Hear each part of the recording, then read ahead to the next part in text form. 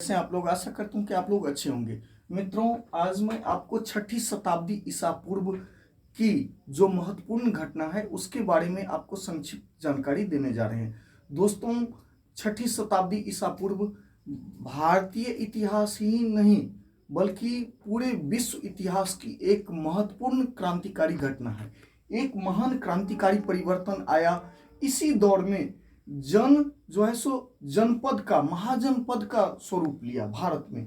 दूसरी बात है कि ये एक महान शहरीकरण के तरफ जो है सो भारतीय इतिहास में यह दर्शाता है, जिसको हम द्वितीय शहरीकरण के नाम से भी जानते हैं। लोहे का व्यापक तौर पे प्रयोग होने लगा। उसके बाद मगध जैसे विशाल साम्राज्य की स्थापना हुई और इसका जो प्रारंभिक दौर था छठी शताब्दी ईसा पूर्व में, उसमें यज्ञों, कर्मकांडों और पुरोहितों के प्रभुत्व के विरुद्ध प्रबल प्रतिक्रिया आपको विदेह राज्यों में देखने को मिली, पंचाल और विदेह राज्यों में।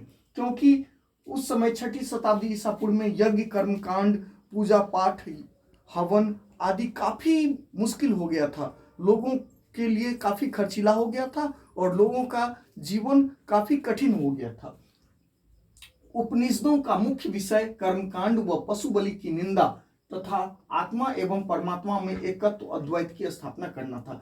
मित्रों, उपनिषदों की टोटल संख्या 108 उपनिषद है और उपनिषद का जो मुख्य विषय है वो आत्मा और परमात्मा में एकत्व अर्थात अद्वैतवाद की स्थापना करना। अद्वैतवाद जो दर्शन था वो शंकराचार्य के द्वारा उसका निर्माण किया गया और ये उपनिषद कर्मकांड और पशु बलि की काफी घोर निंदा करता है। साथ ही पुनर्जन्म का सिद्धांत जो सर्वप्रथम शतपथ ब्राह्मण में देखने को मिलता है। मुंडकोपनिषद जो काफी महत्वपूर्ण है दोस्तों, मुंडकोपनिषद में भारत का राष्ट्रीय वाक्य सत्यमेव जयते की चर्चा मुंडकोपनिषद में है। मुंडकोपनिषद से ही भारत का राष्ट्रीय वाक्य जो हम देखते हैं सरकारी दस्तावेज पे सत्यमेव जयते लिखा हुआ, ये मुंडकोपनिषद से लिया गया है। काफी महत्वपूर्ण, कभी कई बार पूछा गया। और मुंडकोपनिषद में यज्ञ को टूटी नौकाओं के समान तथा कर्मकांडों को अल्प फल वाला बताया गया है। कर्मकांडों के प्रतिक्रिया स्वरूप बौद्ध ग्रंथों के अनुसार लगभग 62 धार्मिक संप्रदाय या आंदोलन व विचारधारा जैन ग्रंथों में 368 बताई गई है।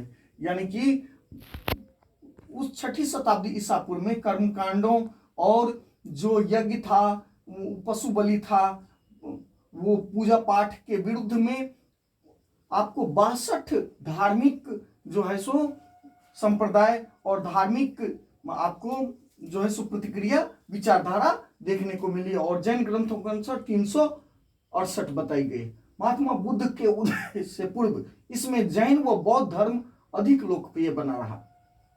इसी समय मित्रों 16 महाजनपद का निर्माण हुआ, जैसा कि हम बताएं आपको। और ये 16 महाजनपद की जो चर्चा है वो बौद्ध ग्रंथ काफी महत्वपूर्ण है मित्रों। बौद्ध ग्रंथ अंगुत्तर निकाय और जैन ग्रंथ भगवती सूत्र में इसका व्यापक उल्लेख है। उसके बाद विश्व स्तर पर अगर हम देखते हैं तो चीन में कन्फ्यूशियस और लाओ त्जी ने ताओवाद दार्शनिक मत का प्रतिपादन किया। फारसी साम्राज्य जो दुनिया का सबसे बड़ा साम्राज्य था, अचमेनिद का उदय हुआ। यरूशलेम पर बेबीलोनिया का कब्जा हुआ।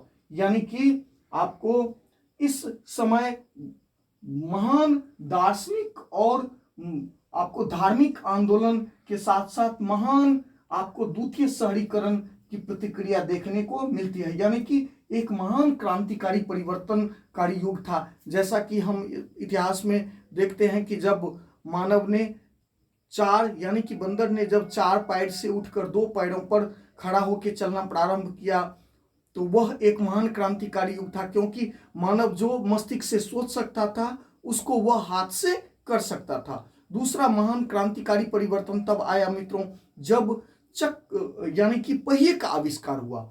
और ये जो तीसरा महान क्रांतिकारी युग था वो था छठी शताब्दी ईसा पूर्व। थैंक यू मित्रों, बहुत बहुत धन्यवाद।